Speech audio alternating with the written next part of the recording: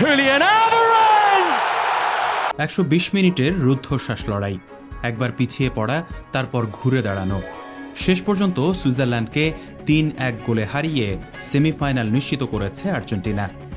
ম্যাচের 10 মিনিটেই মেসির কর্নার থেকে ম্যাক অ্যালিস্টারের হেডে এগিয়ে যায় আর্জেন্টিনা।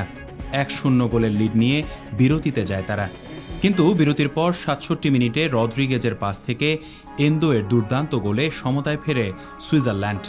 এরপর 72 মিনিটে ডাইভের কারণে দ্বিতীয় হলুদ কার্ড দেখে মাঠ ছাড়েন এমবোলো। 10 জনের দলে পরিণত হয় সুইজারল্যান্ড। তবুও 90 মিনিট শেষ হল 1-1 সমতায়। অতিরিক্ত সময়ে বাজিমাত করলেন হুলিয়ান আলভারেস। 114 মিনিটে 25 গজ দূর থেকে বিস্ফোরক এক শটে জাল কাঁপালেন তিনি। তারপর লাউতারো মার্তিনেজের গোলে সুইসদের কফিনে শেষ পেরেক। 3-1 গোলের জয়ে সেমিফাইনালে আর্জেন্টিনার প্রতিপক্ষ এখন ইংলিশরা, আর ফ্রান্সের প্রতিপক্ষ স্পেন। বিশ্বকাপ এখন সবচেয়ে রোমাঞ্চকর পর্যায়ে।